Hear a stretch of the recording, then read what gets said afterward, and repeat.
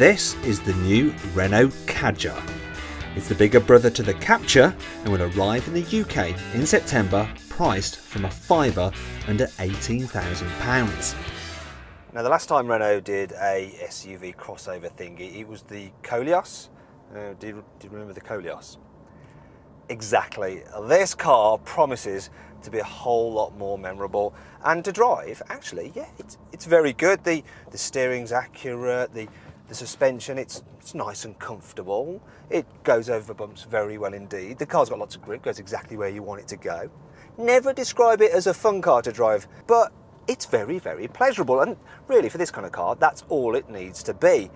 But there is something massively familiar about it. You see, while it may look all new, underneath the skin, the Kadjar shares its platform with the Nissan Qashqai as part of the Renault-Nissan Alliance partnership, and so it feels pretty much identical to drive, which is no bad thing.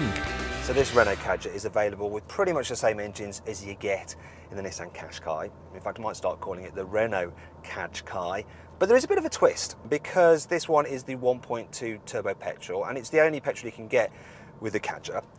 And it has 130 horsepower, whereas you only have 115 horsepower in the 1.2 petrol in the Qashqai. Now, 15 horsepower doesn't seem like a lot, but it does make a bit of a difference, because this engine probably is just about quick enough for this car.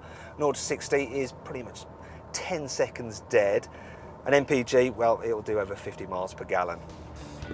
The only real failing with the 1.2 petrol is that at higher speeds you need to change down a gear or two to overtake. And when you do, it makes this slight whining noise, almost like it's complaining.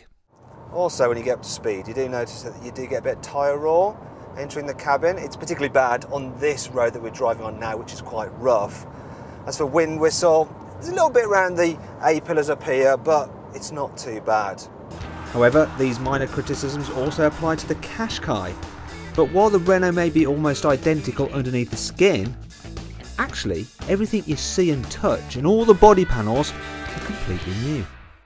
So unsurprisingly, the Kadjar is pretty much exactly the same size as a Qashqai in the back seat. So that's good news, so there's plenty of room.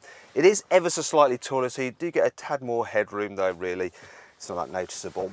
What is though, is that Renault has tried to make this ever so slightly more practical. And so it's got a bit of a bigger overhang than the Qashqai. And as a result, the boot is about 42 litres bigger. Now have a look at this, it's 472 litres. And you've got this clever modularity here, so you can use these dividers to separate the boot up. I like the way that the parcel shelf fits in there as well. So if you want, you can hide it out of the way. And you can get the car with these easy fold down releases for the rear seats, and when you fold them down, your total load volume is 1478 litres. So the Kadjar is ever so slightly more practical than the Nissan, and it's actually slightly nicer to sit in as well, thanks to a more stylish interior design. And in the range topping exclusive trim, it's pretty much fully loaded. The next day I got to try the Kadjar in the better value mid-level dynamic plus trim, and with a different engine. Now, most people who buy a Kadjar will be wanting a diesel engine, and you can get two. This is the range-topping 1.6 with 130 horsepower, and it's reasonably punchy. You can get this engine if you want with all-wheel drive, and that's what this car has.